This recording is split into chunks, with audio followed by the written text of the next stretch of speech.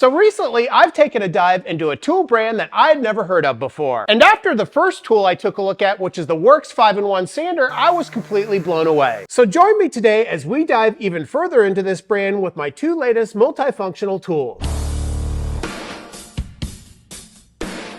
So rarely do I come across a brand that impresses me like this, as I'm always on the lookout for incredible new tools. But a couple of weeks ago, after some suggestions from my viewers, I took a look at my first Worx tool, which was the 5-in-1 sander. And although not perfect, the price was right, and this is definitely a tool I'll be using on my projects. And by far the coolest thing about this sander was its comfortable barrel grip, along with the 5 sanding heads that come with the tool. So after doing a little bit more of Amazoning deep, I realized this isn't the only multi-tool that they make. So I bought 2 more. So let's not waste any more time and dive into the first item. This is the Worx Nitro switch driver and drill. Let's give it a look. You know, the other day I accidentally connected my drill to a 220 outlet instead of 110. Sparks flew everywhere. When the fire alarm went off, it was not a drill. Or was it? So I had never seen any other tool like this, and this may be the perfect solution to reduce the number of tools you need to take with you. Most drill and driver sets obviously come in a 2-pack, not only with the drill but also the driver. But this Worx Nitro collapses both of these tools into one item. So let's dive into the box and see what this is all about. So there's 2 versions of this kit, one at just under $100 and the other at just under $150. And the one we're taking a look at is the $150 one, as it comes with some extra bits and 2 batteries. So let's take a look at all the items that come with this extended kit. You'll first get the Worx Nitro driver, and this comes with a belt clip that's easily installed on the side. This kit also comes with a small work bag where you can store this Nitro driver. And with the kit that I got, it also comes with 2 20-volt 2-amp-hour batteries as well as a charger. But there's also the 2 sets of bits. Let's take a closer look at those. The first box of bits is all about the driver. Let's open this up and take a look. These are all hexagonal bits, and they include a variety of different styles, including impact-rated, slotted, Phillips, Torx, Robertson, and even some sockets. The second bit set focuses more on drilling. Let's take a look at that one. Once again, all of these bits have a hexagonal attachment, including all those drill bits. And not only does the second box come with some more impact-rated driver bits, but it also comes with some standard drill bits as well as some spade bits. And that's everything that's included inside this box. Now, if you were to get the cheaper version of this, the only thing that you're not going to get are those bits and an extra battery. Now that we understand what's in the box, let's take a tour of the Nitro driver itself.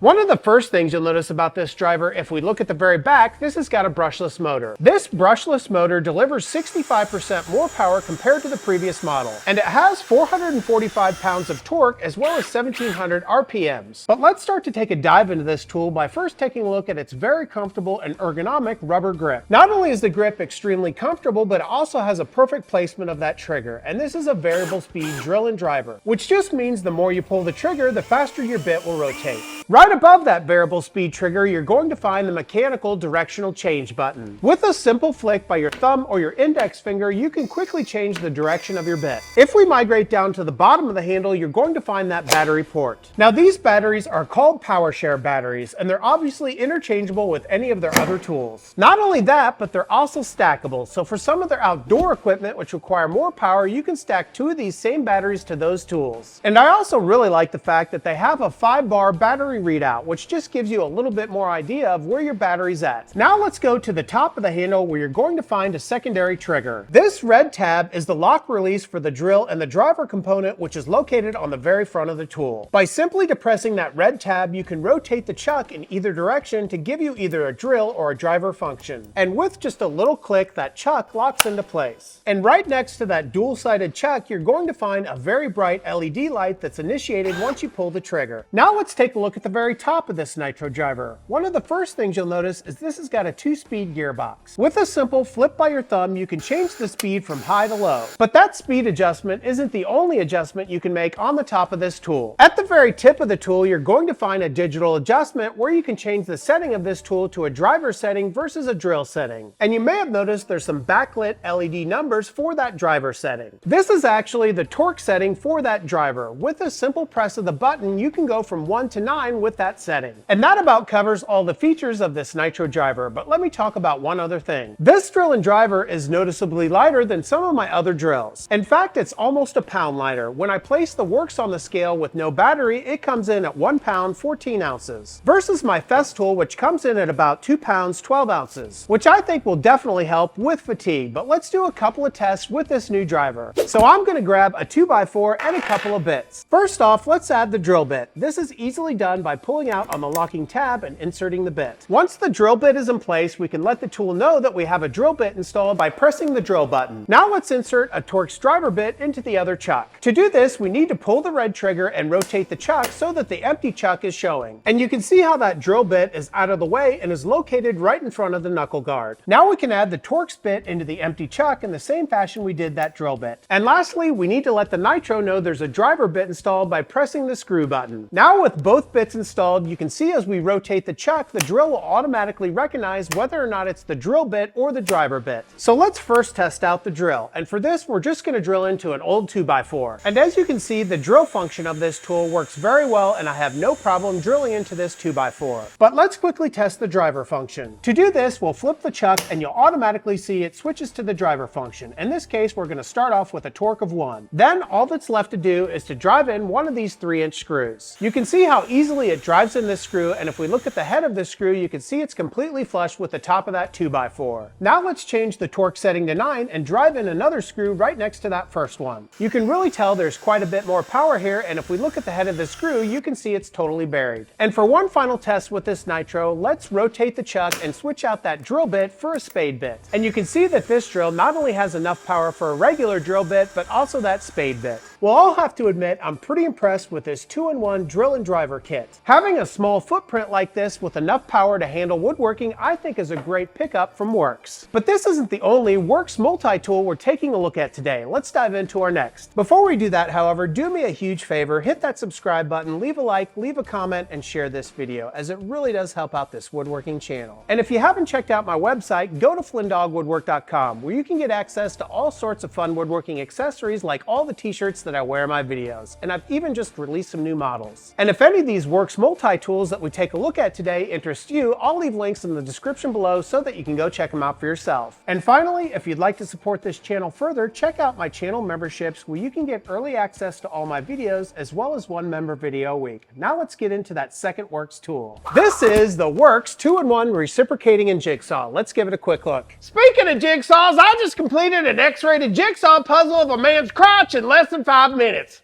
Yeah, I guess I thought it would be harder. So this unique item once again has 2 unique tools in one small package. And if this 2-in-1 tool works anything like our last item, I think we're going to be pretty impressed. So let's pop open this box and see what we got. So inside this box, you're going to find 4 items: the 2-in-1 tool itself, a charger, a battery, as well as some blades. And you get all of these items for the very reasonable price of just under 90 bucks. And I really like the fact that it comes with a few blades to get you started. And these are standard blades, so no need for special blades with this tool. So how does this tool work? Well, to understand that, let's do a quick tour of the tool itself. Let's start off by taking a look at the grip of this tool. As you can see, this has got a very comfortable rubber barrel grip. Inside of that grip, you're going to find 2 buttons. The first button on top is a lock that prevents the tool from running until you press the button. And the second button, or the trigger, turns the tool on and off by simply depressing it. And just like other Worx tools, this is a variable speed tool, so the more you press the trigger, the faster it goes. If we look at the base of the handle, you're going to find the battery port, and this once again takes those PowerShare batteries. With that battery installed, now let's take a look at the front of the tool. This is where you're going to find a little orange switch. It's this switch that allows you to change the blade movement from an up and down motion to an orbital motion. It's this orbital motion that allows the blade to be a little bit more efficient than your standard up and down motion. Not only does the saw have the ability to change the motion of the blade, but it also has a blower, which can clear away debris to make it very easy to see where you're cutting. Speaking of visibility, there's also an integrated LED light right on the front of the tool. As soon as you press the trigger, this light comes on so that you can see where you're cutting. Now let's take a look at the side of the tool, which is something that really makes this tool unique. This red button is the lock button that allows you to change it from a jigsaw to a reciprocating saw. By simply depressing the red button, it allows you to pull out the faceplate of the tool to change it from a jigsaw to a reciprocating saw and back again. And once it's been transformed, you can hear it lock into place with a simple click. And if we look at the bottom of the saw, you can see how this works. As you can see, the base plate for the reciprocating saw is part of the base plate for the jigsaw. And finally, let's take a look at how you can add and remove the blades from this tool. Now obviously, this saw can not only take your standard reciprocating saw blades, but it can also take your standard jigsaw blades. To install or uninstall one of these blades, all you need to do is to pull back on this metal tab at the base of the tool. Once depressed, you can either insert a jigsaw blade or a reciprocating saw blade like in this example. Then you can release the tab to lock it into place, and once it's in, it's very secure. For jigsaw blades, it's done in the same fashion, only with the teeth of the blade facing in the other direction. And just like that, you're ready to cut. But how much does this thing weigh? With a battery in place and a blade, you're looking at about 4 pounds 6 ounces, which really isn't that bad. Let's do a couple of tests to see how this thing cuts. First off, let's try the reciprocating saw and see how well it cuts through this 2x4. And this thing cuts like butter and works just as well as any other reciprocating saw that I own.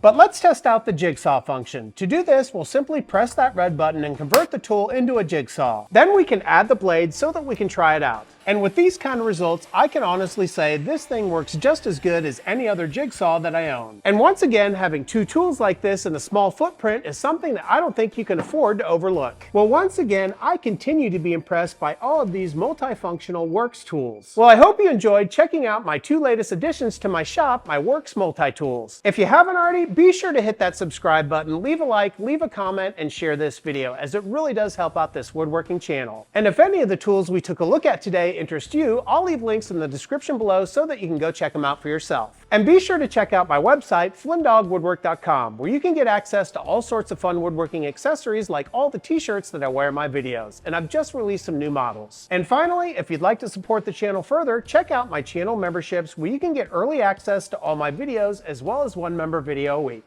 Until next time, take care as always.